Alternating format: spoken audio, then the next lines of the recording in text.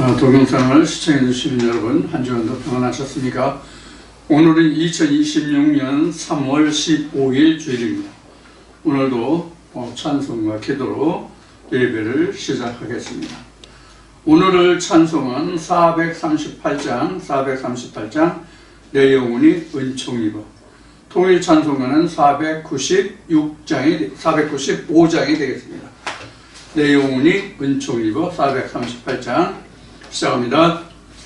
내 영혼이 은총 입어 중한 죄짐 벗고 보니 슬픔 많은 이 세상도 천국으로 화도다. 할렐루야 찬양하세. 내 모든 죄 사함받고 주 예수와 동행하니 그 어디나 하늘나라 주의 얼굴 뵙기 전에 멀리 뵈던 하늘나라 내 맘속에 이루어지니 날로 가깝도다. 할렐루야 찬양하세. 내 모든 죄 사함받고 주 예수와 동행하니 그 어디나 하늘나라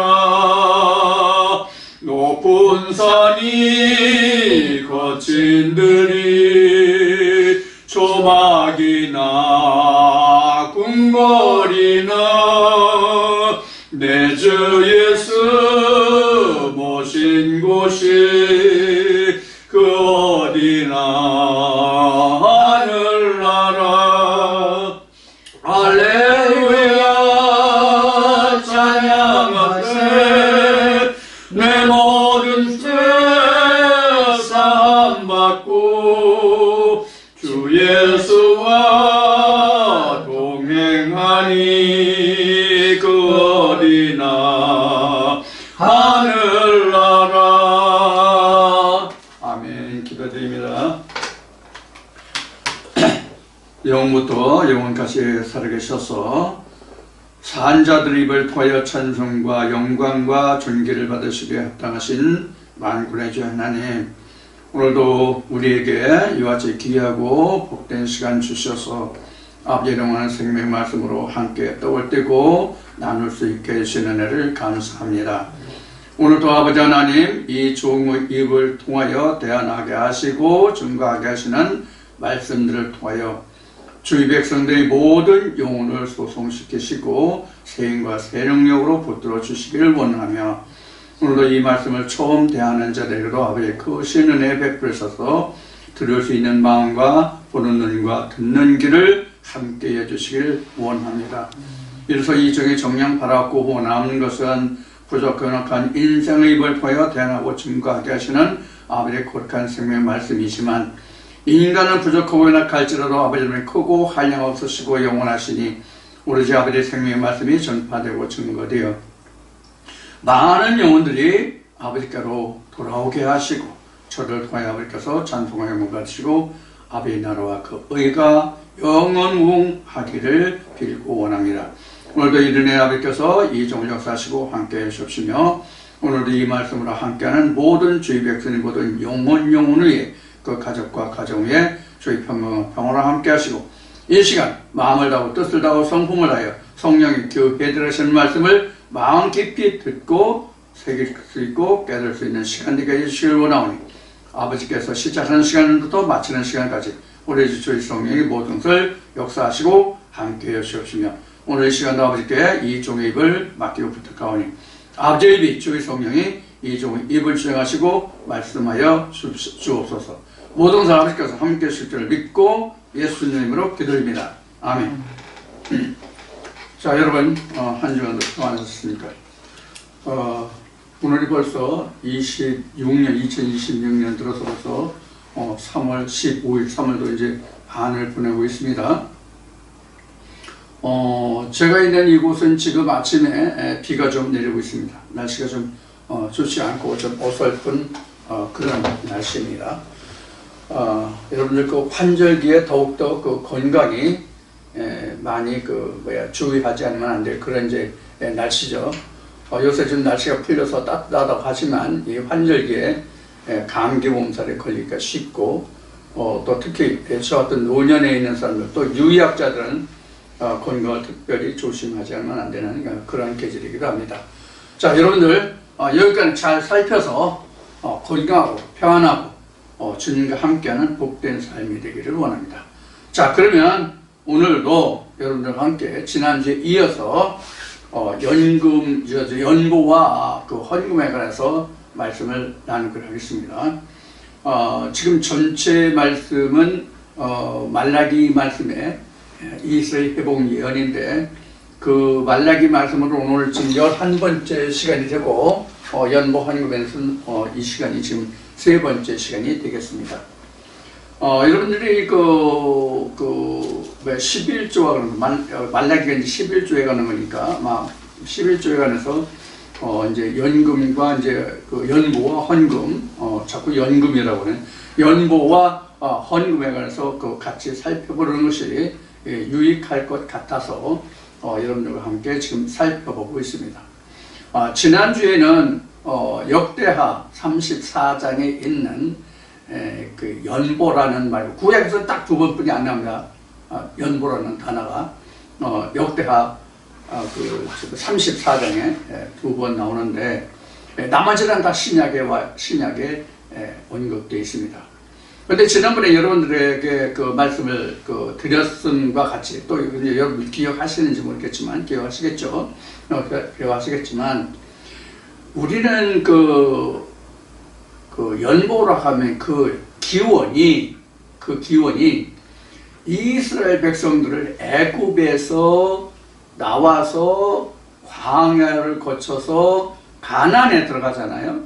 그런데 이스라엘 백성들이 애굽에 있을 때는 종살이 했기 때문에 자기 것이 없고 광야에서는 자기가 경영할 수 있는 땅이 없기 때문에 경영을 못했죠. 그래서 하나님이 주시는 것만 가지고 생활했죠. 그렇게 해서 이스라엘 백성들이 이제 가나안 땅에 들어가서 각 지파별로 인원수에 비례하여 땅을, 즉 기업을 하나님으로부터 얻게 되죠. 자, 그래서 이 말라기 말씀을 시작할 때에 연보와 헌금 또 이 11조가 어디서부터 유래했냐, 어떻게 해서 이것이 시작됐냐 하는 것을 말씀을 드렸어요. 그래서 11조라는 단어는 창세기에서 그 아브라함이 자기 조카가 잡혀갔을 때 다시 되찾아오면서 거기서 노획된 물건의 가장 좋은 것으로 11조를 멜기세덱이 바친 것으로부터 11조가 가장 먼저 기록이 돼요. 그런데 이스라엘 백성들이 하나님께 우리가 오늘날로 얘기하는 쉬운 얘기에서 헌금, 11조랑 각종 헌금, 이 모든 것을 할 수 있게 된 그 발원, 그 시작이 아브라함의 창세기 때 그 말씀에 있는 것이 아니고 신명기에 기록된 대로 이스라엘 백성들이 가나안 땅에 들어갔을 때부터 하나님께 드리는 예물이 생겼다는 것을 여러분들에게 분명하게 말씀을 드렸어요. 자, 그럼 여기서 우리가 오늘 다시 한번 이 뜻이 무엇인지를 우리가 조명해 보자고요. 자, 이스라엘 백성들이 가나안 땅에 들어가는 그 과정을 보면 이스라엘 백성들이 본래는 자기 조상 아브라함이 가나안 땅에 있었지만 자기 소유가 없었죠. 가나안 땅에 종되었던 자잖아, 아브라함이. 그러다가 그 자손들이 야곱에 이르러서 70인이 애굽 땅에 내려가게 된 거잖아요. 그래서 애굽에서 종살이했어. 종은 자기 소유가 있다 없다? 자기 소유가 없다. 다만 주인 것을 내가 대리 경작해서 거기서 생산되는 모든 것을 다 주인이 가지고 자기는 먹고 있고 쓰는 것을 겨우 받을 뿐이야. 그러니까 우리가 좀 한문으로 얘기하면 기식한다고 얘기해요. 기식. 그러니까 어디 빌 붙어서 거기서 먹고 지를 기식하는 정도뿐이 안 됐단 말이에요. 이스라엘 백성들이 애굽에 있을 때에는. 자, 그러다가 하나님의 인도하심을 따라서 모세를 앞세워서 그들을, 이스라엘 백성들을 애굽에서 이끌어서 홍해를 건너게 하시고 광야에 나왔어. 그럼 광야는 우리가 성경의 역사를 통해서 아시는 것 같이 광야에서 농사 지을 수 있는, 경작할 수 있는 땅이 없잖아. 다 모래사막 땅인데. 그러니까 그들에게 먹고 마시게 하신 것이 전적으로 하나님에 의해서 그들에게 먹고 입고 쓰는 것을 주셨죠. 근데 먹고 입고 쓰는 것을 이제 주셨다라고 지금 제가 얘기했는데, 사실 먹는 거 외에는 하나님이 주신 게 없어. 광야에 있을 때. 그럼 광야에 있을 때 이스라엘에서 먹는 것을 뭘 줬냐? 만나야. 그 다음에 만나는 먹고 우리가 못 살겠다, 고기도 먹어야 되겠다, 그래가지고 메추라기를 줬어. 그거 외에는 이스라엘 백성이 할 수 있는 게 없었어, 광야에서. 그리고 그들이 요단을 건너고 여리고성을 함락시키고 가나안 땅에 들어갔는데, 가나안 땅도 들어갔지만 그 땅이 비어있는 땅이라서 이스라엘 백성들이 그냥 이거 내 땅이야 이런 것이 아니잖아요. 그 본토 족속이 있어서 그 본토 족속과 전쟁을 해서 그 땅을 얻었잖아. 그 땅을 얻기 위해서 그들과 전투를 했는데, 전쟁을 했는데, 그 전쟁도 이스라엘 백성들이 참여했지만 그 전쟁을 인도하시고 그 전쟁을 역사하시고 그 전쟁에서 이기게 하신 이가 누구야? 하나님이잖아요. 그래서 이스라엘 백성들이 가나안 땅에 들어가서 전쟁할 때, 그들과 본토 족속과 전쟁할 때 하나님은 가장, 항상 말씀하시는 가장 적은 인수로 전쟁터에 나가게 하셨어요. 그 이유가 뭐예요? 너희가 사람이 많으면 우리의 힘으로 이겨노라 할까 함이란 말이에요. 그래서 전적으로 하나님이 최소 정예 부대만 보내서 전쟁에 임하게 하셨고, 그 전쟁을 이끄시고 승리하게 하시는 하나님이시란 말이에요. 그래서 가나안 땅을 얻게 하셨어요. 그래서 그들이 가나안 땅을 자기네들이 업으로 얻게 했잖아. 여기서부터 헌금이 나왔단 말이에요. 여기서부터. 그래서 이 말라기 말씀을 시작할 때 여러분들에게 말씀드린 것이 뭐냐면, 왜 우리는 교회에 다니면 바로 11조를 내라고 하고 각종 헌금을 내라고 하느냐?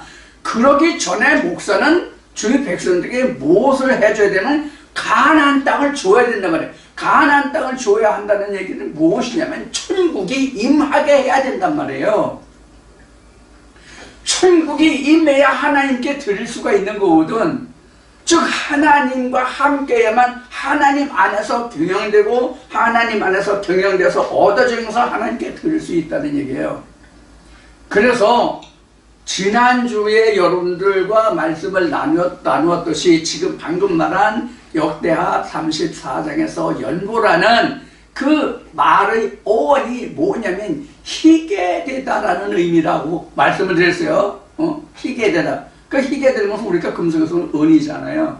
그래서 은에 관한 건데, 옛날에 그래서 뭐 돈을 받든 뭐 돈으로 주로 돈이나 신주 같은 거로 많이 했지만, 이제 좀 그 값진 돈은 금화나 은화라는 말 여러분들 아실 거예요. 그래서 그 은을 말했단 말이에요. 그 케세프라는 뜻이 이제 그런 뜻이라고 말했어요. 그러면 우리는 이 물질을 다만 우리가 단순히 그냥 우리가 오늘날 통용되는 이런 돈이든지 옛날에 통용되던 돈이든지 간에 우리가 그 액면이나 돈만을 생각하는데, 우리가 그 은이라는 그 소재로 돈을 만든다 할지라도 은 그 자체만 가지고 바로 은화를 만들 수 있는 게 아니잖아요. 재련을 통해야 은이라는 것이 나와서 그 은을 돈이라는 그 어떤 물건으로 만들 수 있는 거잖아요. 이러한 것에서도 우리가 은이라는 말이 희귀하다, 깨끗하게 하다, 이런 뜻도 이제 말할 수 있겠지만, 우리는 하나님의 말씀에서 우리가 특히 복음서에 그런 말씀이 나오죠. 하나님의 말씀이 우리에게 뭐예요? 보화잖아. 응? 사도 바울도 우리 이 사람을 질그릇이라고 표현했고, 그 안에 담아져 있는 하나님의 은혜의 생명의 말씀을 보화라고 그랬단 말이에요. 그래서 질그릇에 보화를 담았다고 바울은 증거한단 말이에요. 그럼 보화가 그냥 가지고 그 모든 물건이 다 보화냐고. 응? 어떤 의미로 말씀드리냐면, 하나님의 말씀이 내게 임하면 하나님의 말씀이 바로 내게 보화가 될 수 있냐고. 무슨 뜻이냐면 이런 얘기예요. 여러분 지금 저희 여러분들께 말씀을 드리잖아요. 지금 하나님의 말씀이 이러기를 하다고 말씀을 드리잖아요. 그러면 어떤 사람들은 듣기를 이 말씀이 바로 깨달아서 그래 맞아 이렇게 할 사람도 있겠고, 성경에 기르들 야 저가 무슨 말하는지, 야 저가 하는 말은 심히 듣기가 어렵다, 예수 내 피와 살을 먹지 않으면 그 부분에서 나온 얘기예요. 그 일부를 얘기하는 거예요. 야 저가 하는 말은 심히 어렵다, 저가 과연 자기 살을 줄 수 있나, 자기 살을 저가 누구한데 우리가 이 말 듣기 심히 어렵다, 이런 그 대목의 성경의 말씀이 복음서에 보면 나오잖아요. 어떤 의미로 말씀드리냐면, 제가 여러분들에게 이 말씀을 드릴 때에 듣고 바로 그래 그렇지 하고 말씀을 깨닫고 이해하시는 분도 계신가 하면, 저거 도대체 무슨 얘기인지 못 알았겠는데, 지금까지 교회에 내가 20년 30년 다녔어도 저 사람같이 얘기하는 소리는 한 번도 듣지 못하였는데 왜 저가 그렇게 얘기하지? 이런 식이었잖아요. 언제? 2000년 유대 땅에 예수가 와서 복음을 증거할 때에. 그러면 2000년 유대 땅에 예수가 와서 복음을 증거할 때에, 그럼 그 말씀과 대치되는 말씀이 상대적으로 그때 대치되는 말씀이 바리새인들의 가르침이 있었잖아요. 오늘날도 마찬가지라고. 그럼 바리새인들이라는 것은 뭐냐? 그동안 여러분들에게 말씀을 드렸듯이 신학의 가르침으로 하나님을 전하고 증거하는 자들이 모든 가르침이 다 전함이 다 바리새인의 가르침이에요. 우리가 일반적으로 생각할 때는 신학을 해야만 하나님을 알고 하나님을 증거할 수 있는 자격이 주어진다고 알고 있잖아요. 그게 그 신학과 목사의 안수잖아요. 맞아요. 그렇게 해야만 우리가 세상적으로는 하나님의 말씀을 증거할 수 있는 자격이 획득한 자, 즉 면허증과 하나님의 말씀의 면허증과 같은 것이 목사 고시를 통해서 목사 안수를 받는 거예요. 맞아요, 세상적으로는. 그러나 우리가 성경을 바르게 보자고. 성경을 바르게 보면은 성경이 지금 두 가지 패턴을 우리가 볼 수 있어요. 두 가지 패턴을 볼 수 있는 게 뭐냐면, 신학의 가르침으로 하나님을 증거하는 자들과 하나님으로부터 직접 음성을 듣고 하나님을 증거하는 자들이 이 두 패턴이에요. 가장 큰 대표가 모세 이전에는 우리가 흔히 알고 있는 누구야 엘리야인가? 엘리야가 아니라 누구지? 누구야? 에녹이지. 에녹이 하나님과 300년간 동행하더니 그 에녹을 말할 수 있겠고, 그 이후에는 이제 아브라함을 말할 수 있겠고, 그 이후에는 누구를 말할 수 있냐면 이제 모세와 그 다음에 신약의 그 대표로 알고 있는, 신약의 진리의 시대의 대표로 알고 있는 예수를 말할 수 있단 말이에요. 그래서 크게 성경을 보면 모세와 예수예요. 모세와 예수가 누구와 대적했냐고. 모세는 누구와 대적했다는 것이 없지만, 모세는 우리가 간단하게 보면 모세는 누구와 대적하면 유전과 대적했다고 보면 돼요. 유전과 대적했다고 보면 된다고. 그래서 유전과 모세와의 그 비교는 뭐냐면, 모세는 성문율법의 시작이에요. 그러니까 문서로, 글자로 시작한 하나님을 섬기는 하나님 법이 문자로 기록된 처음이 모세 때라고. 그 이전에는 다 구전율법이야. 그래서 그걸 유전이라고 얘기하는 거예요.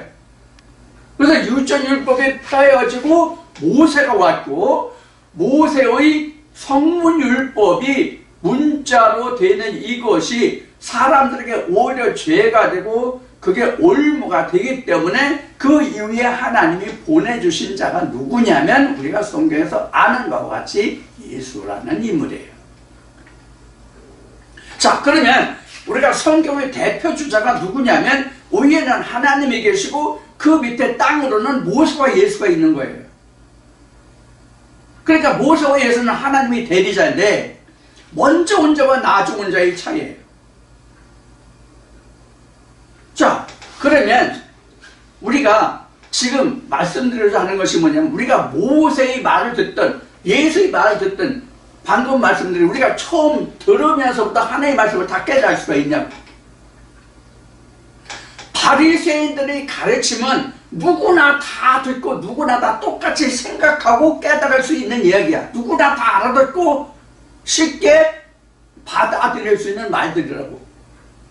그러나 성령이 교회들에게는 말은 그렇지 않단 말이에요. 지금 그래서 모세와 예수를 얘기한 건데 모세 때는 그런 게 별로 없지만 모세 때는 별로 없다는 뜻이 어떤 뜻이냐면 성경에 기록된 그 자체가 별로 없다는 얘기예요. 일반 사람들과 증거된 말씀, 복음에 대해서 대치되는 상황이. 근데 이제 모세 때는 주로 이제 민수기 17장에서 20장까지 그 사이에 보면은 이스라엘 백성들이 모세에 항거하는 장면들이 나와요. 이스라엘 백성이 모세에게 대적하고 항거하는 장면들이 나온다고. 그래서 하나님이 이스라엘 백성들을 어떻게 치료하실 그 과정이 나오죠. 그래서 하루 저녁에 신약 바알 그 말씀을 인용했듯이 하루 저녁에 뱀에 물려서 2만 3천 명이 죽었다는 이런 말씀 바로 그런 거 민수기 말씀을 인용한 거거든요. 자, 그럼 신약으로 보면 예수가 요단강에서 세례를 받고 40일 금식하시고 마귀에 이끌려 시험을 받으시고 그 시험에 마친 후에 비로소 입을 열어 하나님의 복음을 증거한 것이 마태복음에서 나오는 산상수훈이잖아요.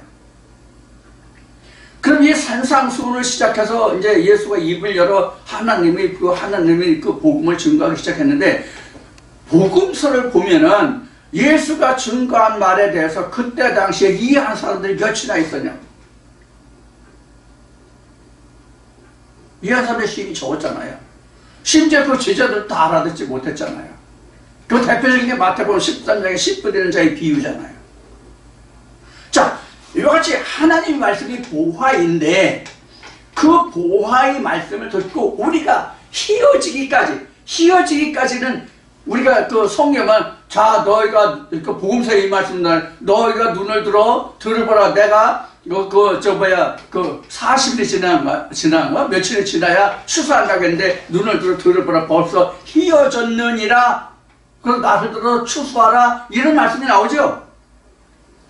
이게 바로 헌금이라는 이야기라고. 이게 케세프라는 의미란 말이에요. 무슨 의미냐? 하나님의 말씀이 처음에 새카매 하나도 안 들려. 내가 들리지 않아. 새카맣다는 얘기는 분별이 전혀 안 된다는 얘기예요. 이게 어느 것이 무엇인지 전혀 분별이 되지 않고 그 말씀이 드러나지 않는다 이 뜻으로 검다고 얘기하는 거, 새카맣다고 얘기하는 거예요. 이게 성경 창세 원리로 보면 이게 밤이에요. 하나님의 말씀을 듣고도 내가 깨닫지 못하고 있는 그 기간이 밤이라고. 그래서 내가 오늘 지금 지난주에 이어서 연보와 헌금에 대해서 지금 말씀드리고 있는데 이 연보와 헌금에 대해서 말씀을 여러분들이 지난주에서 오늘도 이제 또 들으실 텐데, 이제 들으시는 분은 들으셔도 이 말씀이 깨달아지지 않으면 아직 밤이야.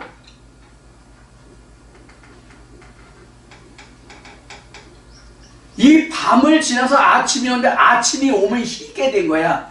이게 케세프란 말이에요. 연보란 말이에요.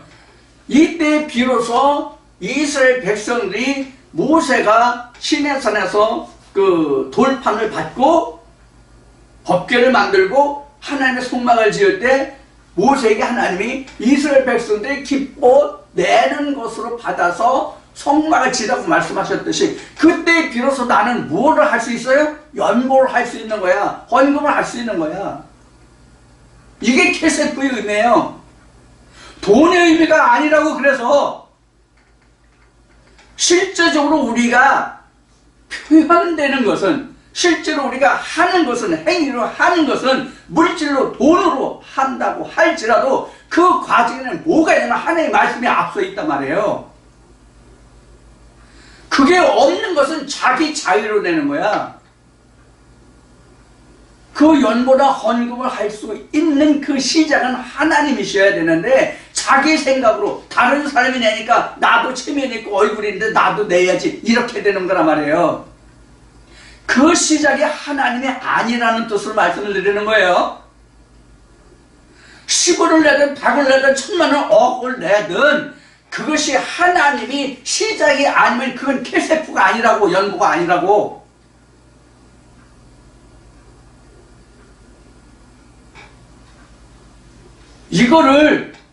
이거를 목회자들이 알고 헌금을 하라고 해야 된단 말이야. 알고. 목회자들이 이걸 알고 헌금을 하라고 해야 한다는 얘기는 뭐냐면 이런 얘기예요. 하나님 것을 주고 하나님이 그로 하여금 내게 해야 하는 이것을 얘기하는 거예요. 하나님이 주신 것을 하나님께 드려야 되는데, 하나님께 드려야 되는 그 표시가 헌물일 뿐이라고, 헌금일 뿐이라고, 연보일 뿐이라고. 그것을 하게 하시는 이는 하나님이시다, 그런 얘기예요. 그래서 하나님의 말씀이 내가 새카만, 그런 까만, 즉 전혀 모르는 상태에서 그 말씀이 깨달아져야 그때 비로소 하나님 감사합니다 하고 내가 예물을 드릴 수 있는 그 마음이 주어지게 해야 된단 말이에요. 이걸 목회자들이 먼저 해야 된단 말이에요. 이걸 목회자들이. 그러니까 그 사람을 희게 하지 못하면 헌금이 없는 거야. 근데 무조건 내라 하니까 도둑놈이지.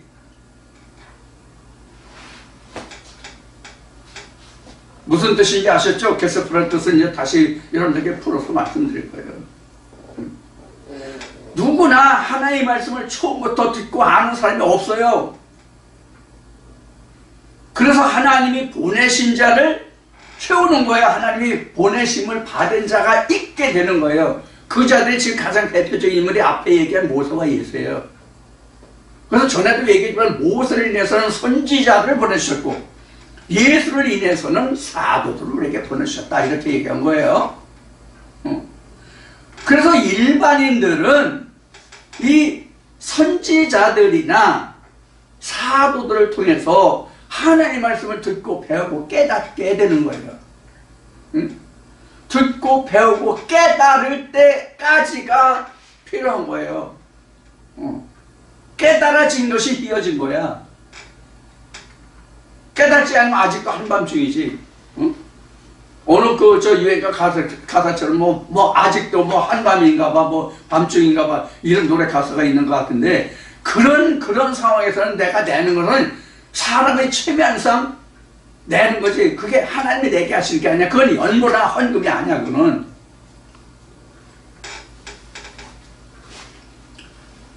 그래서 지난주에 이제 이 케세프에 대해서 말씀을 드렸고, 지금도 말씀을 드렸듯이 구약에서는 역대하 34장에서 2번 나오는 말 말고는 연보라는 단어가 구약에는 없습니다. 나머지는 다 신약입니다. 12회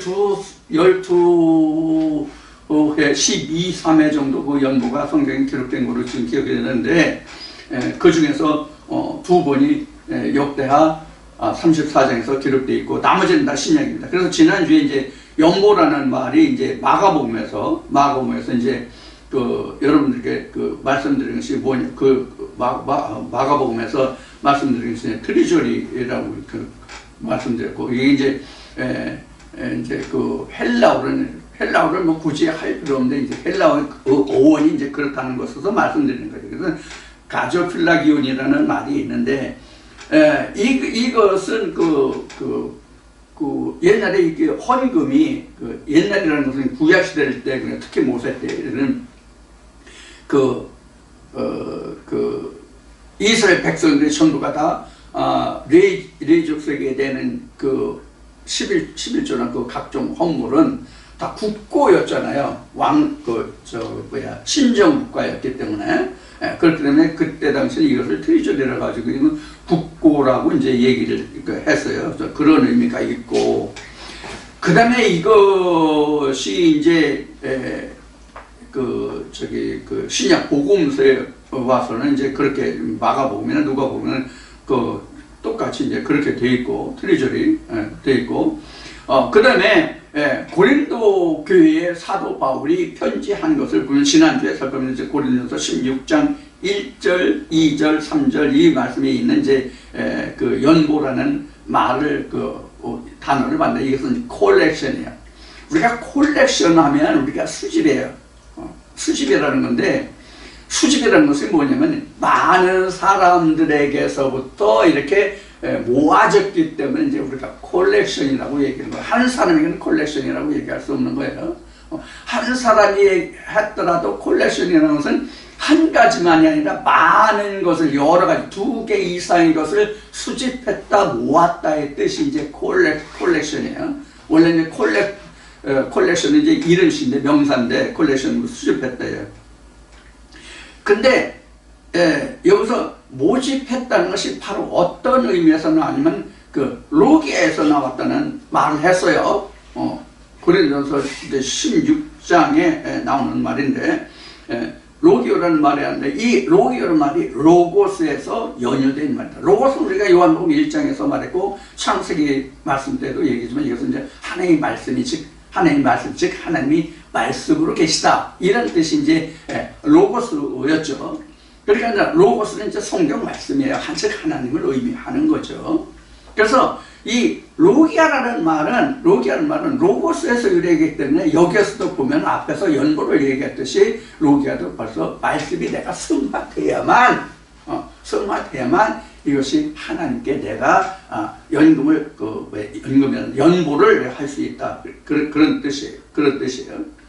그런데 이 연보라는 말이 로기아라는 말도 있고 또 아플로테스라는 말도 있는데 이 말의 뜻을 우리가 살펴보면은 어떤 의미가 있냐면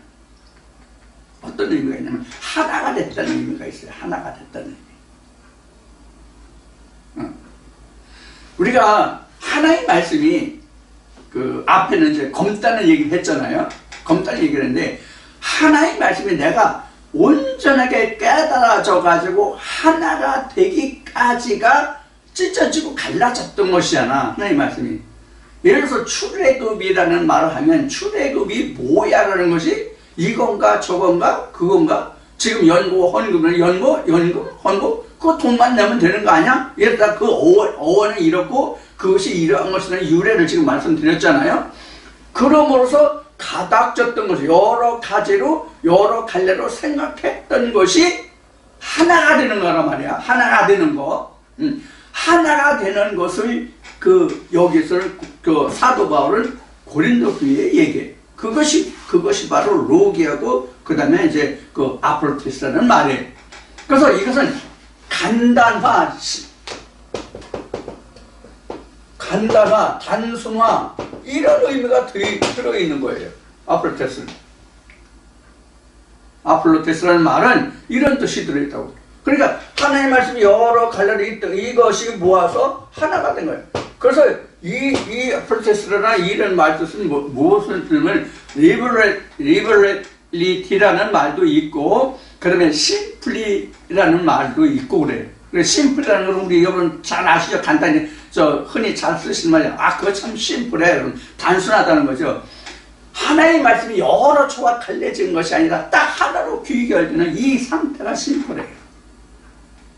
이게 아폴로테스예요. 이렇게 해서 하나의 말씀이 내가 단순, 명료화해서 온전하게 된 이 상태가 바로 헌금이고 연보라 말이에요. 어원 자체가. 다시 말해서 하나의 말씀이 내게 와서 딱 정착해서 간단 명료화 됐을 때 기쁜 마음이 생기고 그 뜻이 이루어졌으니까 알게 됐으니까 그것으로 그때 들어서 내가 하나님께 기뻐 예배를 드릴 수 있는 거란 말이에요. 그런 의미가 바로 그런 뜻이에요. 그런데 우리가 지금 이제 고린도후서 8장에 보면 고액의 연고라는 단어가 나와요. 고린도서 8장에 가보면 고액의 연고가 나와요. 고액의 연고가 나오는데, 고액 연고. 이 글자 그 뜻대로 하면, 진짜 액면이 큰. 그래서 어떤 사람은 100만 원이라고 얘기합시다. 근데 어떤 사람은 100억을 했어. 100억이야. 아니면 어떤 교회에 100억의 헌금이 있어. 그럼 이거는 이제 우리가 세상 말로 금액으로 돈의 단어로 얘기하면 이건 고액이죠. 그렇죠? 이런 고액이라고 할 수 있는데, 성경에서 고액이라는 것은 무엇과 같으냐면 과부의 두랩돈과 같은 의미의 고액이에요. 어떤 의미인지 여러분 딱 마음에 들어오시는 게 있어요? 이 이야기를, 이 말을 지금 왜 하냐면, 이스라엘 백성들이 그 출애굽 때 광야에서 만나를 오늘날 우리로 얘기하면 월요일부터 토요일까지 그 만나를 광야에서 아침마다 거뒀잖아요.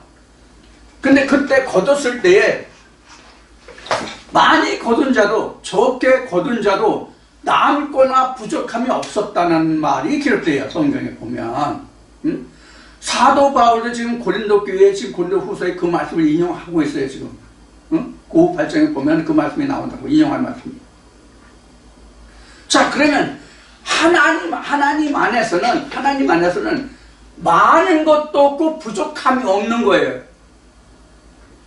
실제 우리 세상에서도 100억 있는 자와 100만 원 있는 자면 그 엄청난 차이잖아. 이게 100만 원과 100억은 진짜 말할 수 없는 기하학적인 숫자죠.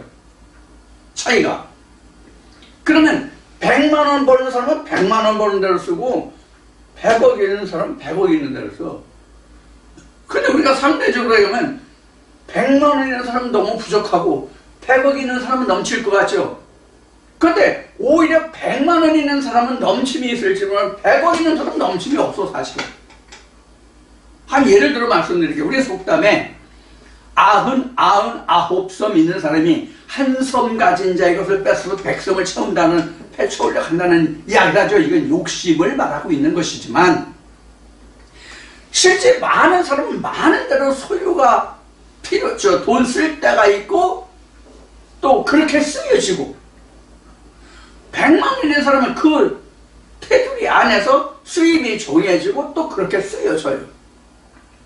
물론 풍족함이 없겠죠. 그래서 사실 따지고 보면 적은 자도 가진 자도 넘침이 없고 부족함이 없어요. 사실 따지고 보면. 그럼 넘침과 부족함은 어디에서 와요? 자기 마음과 생각에서 오는 거야. 저도 집에서 이제 삶을 하다 보면 내가 생각하는 거하고 삶을 진짜 하루에 직접 자기 손으로 하는 가정주부 입장하고 틀려, 입장이. 내가 항상 이거 어떻게 살지 이번 때는 이렇고 저렇고 이런 얘기를 하면 우리 집사람이 이렇게 없는 대로 삽시다 이런 얘기를 하거든. 그럼 누가 더 풍족한 자예요? 이게 사도 바울이 말한 같이 나는 가난할 줄도 알고 부유할 줄도 알고 모든 풍요함을 배웠다는 그 말과 같이 적은 중에서도 풍요함을 배울 수 있는 그 마음이 자족할 수 있는, 자족하는 마음이라고 이제 사도 바울이 증거하고 있지만, 이 자족하는 마음이 더 풍요로운 거죠. 그럼 그것은 어디서 오느냐? 믿음에서 오는 거예요, 사실은.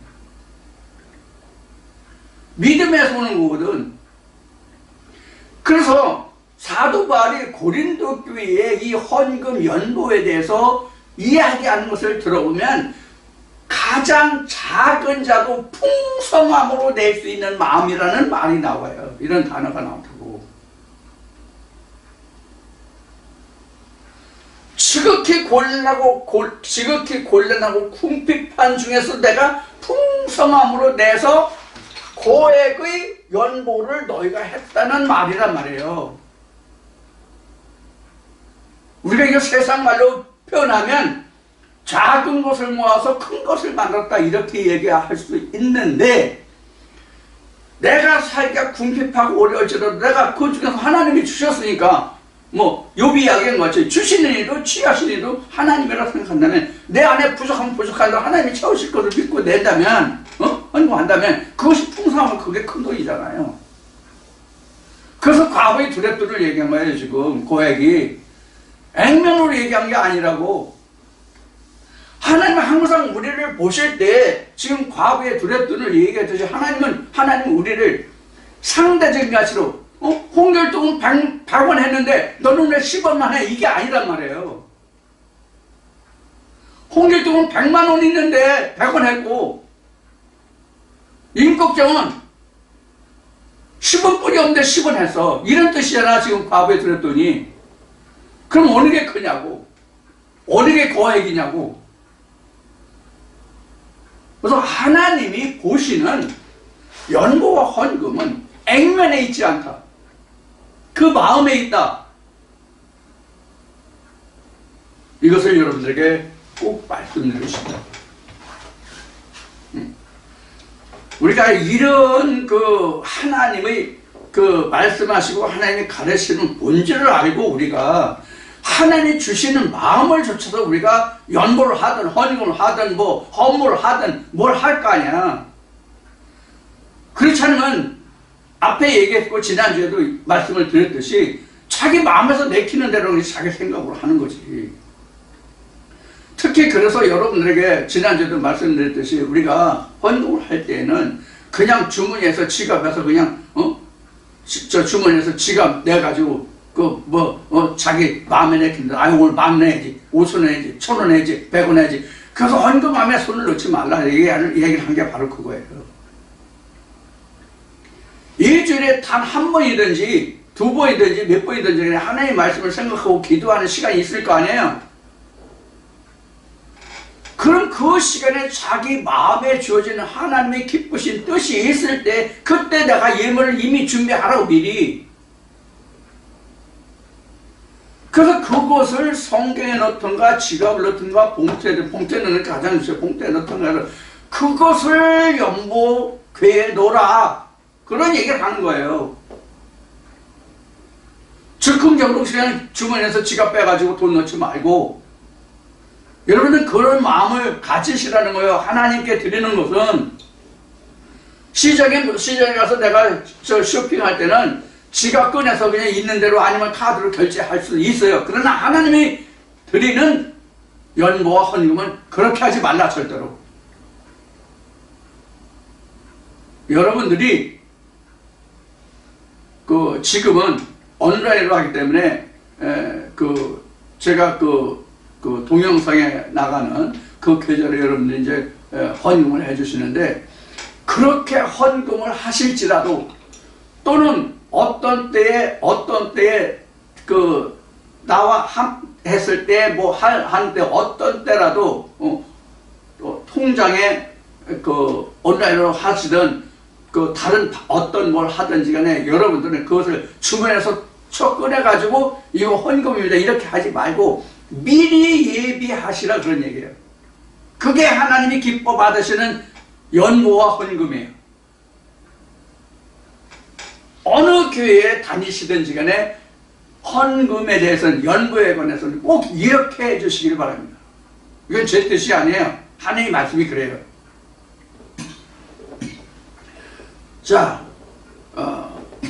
그래서 찢어지고 갈라진 마음, 아까 이제 단순한 이걸 얘기인데, 왜 그런 거면 하나님이 헌과 티가 있는 하나님이 기뻐 받으시는 것이 아니라고 그랬죠. 그 반대되는 말이 심플해요. 그게 바로 리버럴리티예요. 그래서 하나님께 드리는 것은 미묘하게 하면 안 돼요. 그냥 하나님의 것이니까 라는 생각이 들어야 돼요. 그래서 말씀드리는 게 뭐냐면, 이거 하나님 거니까 하나님께 드려야 된다는 생각을 할 수 있는 게 뭐냐면 말씀이 내가 휘어졌을 때다라고 말씀드린 거예요. 그래서 온전히 그 말씀이 풀어서 온전히 내 거가 됐을 때 그때 드는 마음이 하나님께 드리는 기뻐 받으시는 예물이 된다 그런 얘기예요. 성경 어느 곳에서도 이스라엘 백성들이 기뻐 내는 것 외에 받으라는 말씀이 있어요, 없어요? 저는 없어요. 기뻐 내는 것만 받으라고 돼 있지 그렇지 않은 것을 받으라는 것은 없다고. 그런데 이스라엘 백성들이 내는 이 11조를 세금 정도로 생각하는 사람들이 많아. 성경 사전에서도 보면 이거를 세금이라고 표현할 정도니까. 세금 아니에요. 절대로 세금 아닙니다. 성경에서 지금 그 어원을 살펴본 것과 같이 성경에서 말하는 연보나 헌금은 세금이 아니야. 마땅히 하나님이 주신 것을 하나님께 돌려드리는 거예요. 그래서 처음에 시작할 때 말씀을 드렸지만 이 연보나 헌금으로 시작하는 이 모든 말씀이 이제 제일 마지막에 귀결되는 것이 11조인데 이 11조가 그래서 뭐가 된다? 예수가 된다라고 말씀을 드린 거예요. 말씀이 휘어졌다? 말씀이 열매를 맺었다? 그게 뭐예요? 성령의 열매잖아요. 그래서 하나님 것을 하나님께 드리는 거예요. 그래서 예수도 교회 그 성전설을 낼 때 그 동전을 보여주면서 이것이 누구의 것이냐? 가이사의 것이다. 가이사의 것은 가이사에게, 하나님 것은 하나님께 이렇게 얘기하잖아요. 근데 지금 이제 하나님 것과 가이사의 것이 나왔는데 지금 이제 이 시대를 말하면 하나님의 것은 변함이 없지만 가이사의 것은 지금 세상 나라마다 각 나라마다 쓰는 화폐가 다르잖아요. 그러니까 지금은 가이사의 것이 지금 굉장히 많아.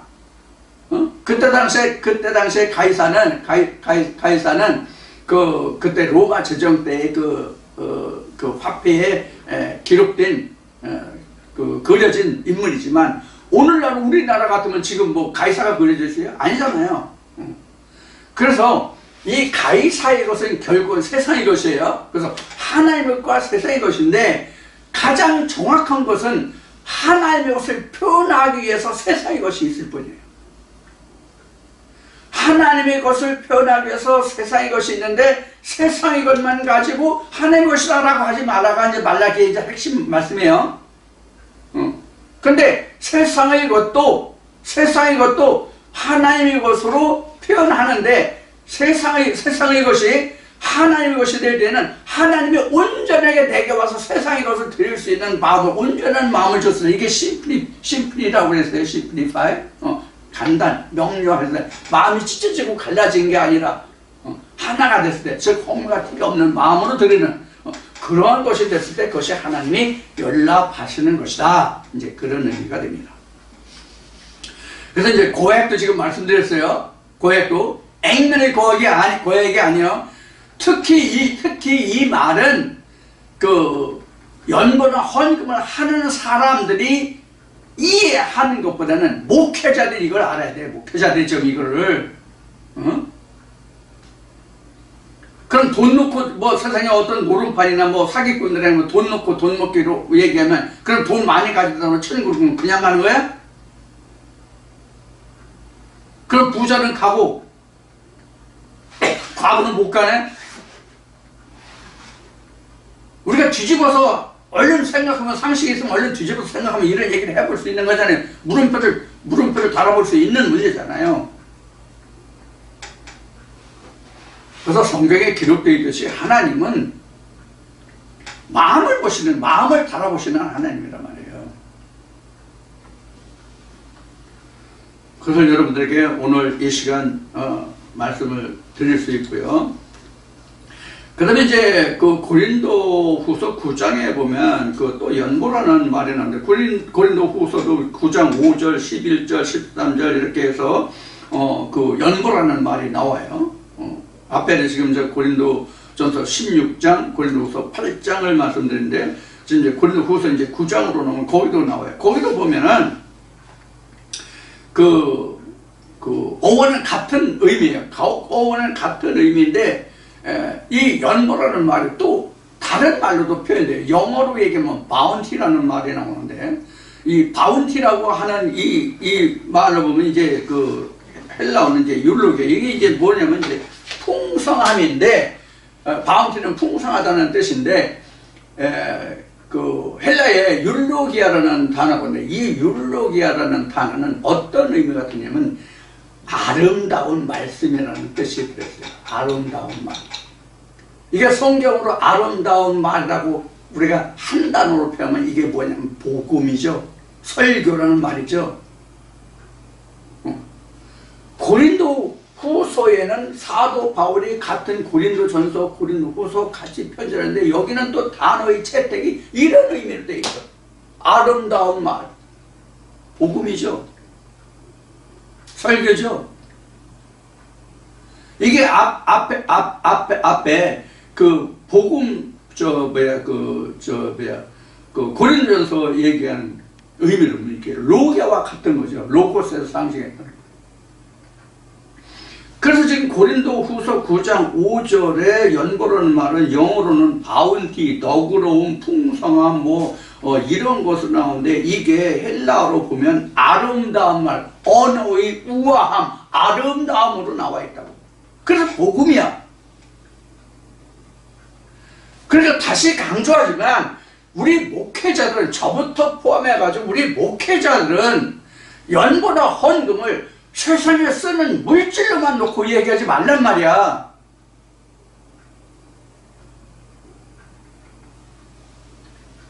이것을 단순하게 표현하면 하나님의 말씀이 복음의 말씀이 내게 와서 그 말씀이 깨달아서 그 아름다움이 있을 때 그 말씀이 좀 풍성하고 되게 넘침이 있을 때 내가 하나님께 드리고자 하는 마음이 있다고. 한 예를 들어서 말할게요. 제가 이틀 전에 59년 전에 만나서 인간했던 동기생들을 만나고 왔어요.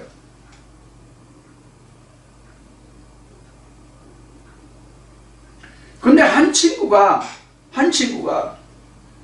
그 자기 처가 우리가 제일 힘들다고 하는 그 암 있잖아요. 암으로 지금 엄청 고생을 많이 하고 있어. 그래서 동생들 앞에서 울먹이면서 아내에게 잘 해줍시다.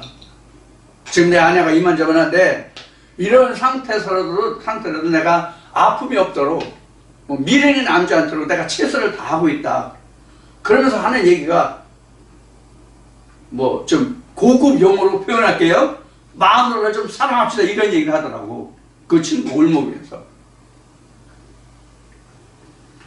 그래서 그날 저녁에 이제 12시가 다 돼가지고 이제 11시 넘어서 이제 집에 들어와서 이제 자면서 집사람 머리를 이렇게 쓰다듬어 줬더니 왜 그러냐고 묻더라고요.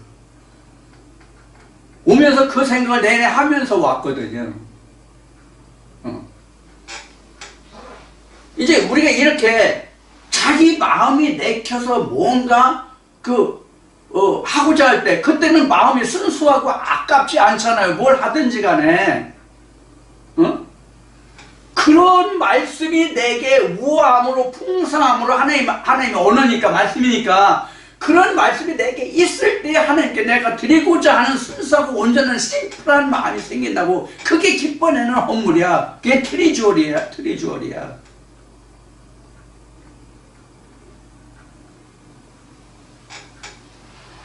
복음서에 있듯이 너희는 세상에 썩어질 물질만 쌓지 말고 썩지 아니할 것을 채우랬잖아. 그게 어디야? 우리 마음의 신비잖아. 이 신비의 거목에 그렇게 채우라고. 우리 마음을 트리주얼이 하나님의 나라의 그 국고로 삼아서 거기에 쌓으라고. 썩을 것은 현재 우리로 얘기하면 저로 얘기하면 여러분들이 저한테 연구를 하거나 헌금을 하거나 집회를 하거나 뭘 하면 그거 내가 쓰지 하나님 쓰십니까? 그럼 그거로 인해서 여러분들에게는 그럼 무엇이 심어지냐면 하늘나라의 국고가 채워지잖아. 성전이 채워지잖아. 그래서 성경에는 썩을 것과 썩지 않을 것으로 바꿨다라고 성경은 기록하고 있는 거란 말이에요. 그래서 험이 있고 티가 있고, 아 이거 안 해도 되는데, 조금 해도 되는데, 더 해도 되는데, 이런 마음이 있으면 그건 심플이 아니잖아. 그건 하나님이 연락하지 않으신다. 그럼 하나님은 언제 받으셨어? 그럼 하나님 받으신 증표가 뭐냐면 내 마음에 기쁘게 쌓여 있는 거, 이게 천국의 보고요 국고라고.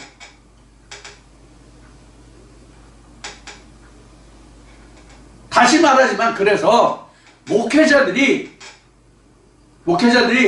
헌금하라 뭐하라 하는데, 그렇기 전에 하나님 나라를 심어주라고, 기뻐 낼 수 있는 마음을 심어주라는 얘기예요. 목회자들 향해서.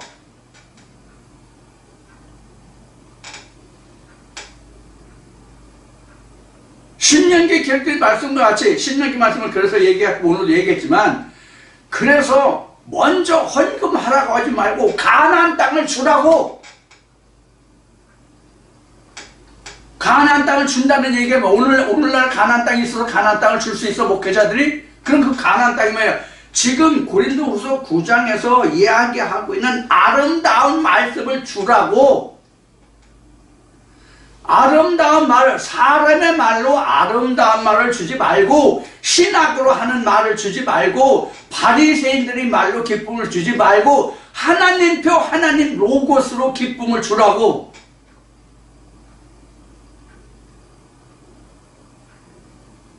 그리고 그들이 거기서 심어지는 것을 얻는 거예요. 그 앞에 그래 출애굽 얘기가 그 얘기예요.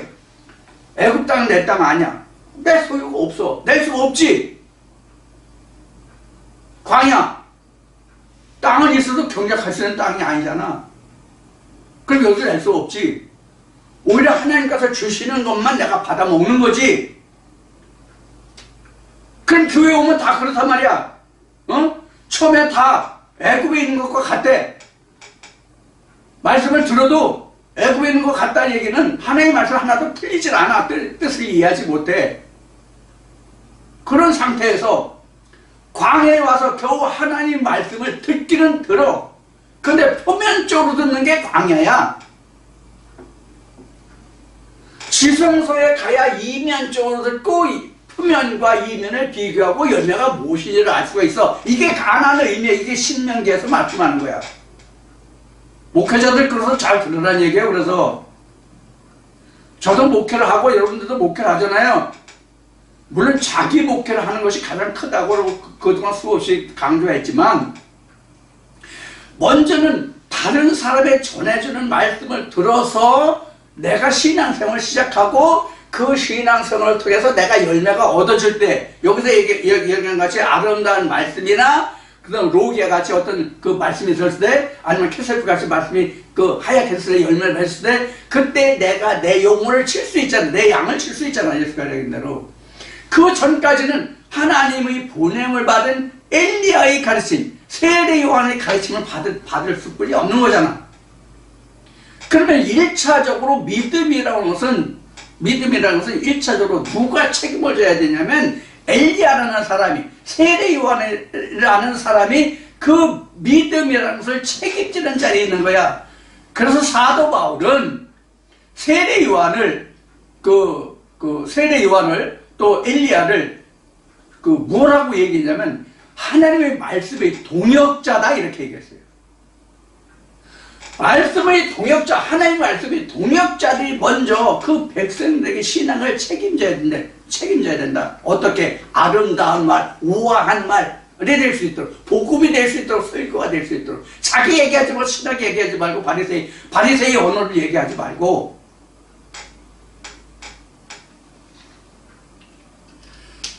자, 이제 여기까지 지금 말씀을 드렸는데, 지금 이제 고린도 후서까지 왔습니다. 이제 조금 더 남았는데, 다음 오늘 이제 1시간 더 남았는데, 1시간 동안에 다 마칠 수 있을지 모르겠는데, 여하튼 여러분들이 그 연고와 헌금이 그 어떠한 언어를 채택했고 어떠한 연율이 이렇게 기록됐다 하는 것, 그래서 물질의 그 중점이 있는 것이 아니라 하나의 말씀에 중점을 두고 기록된 말씀이 연고 헌금이다라는 것을 이 시간 우선 말씀을 드리고, 잠시 쉬었다가 다시 시작하겠습니다. 잠시 후에 봐요.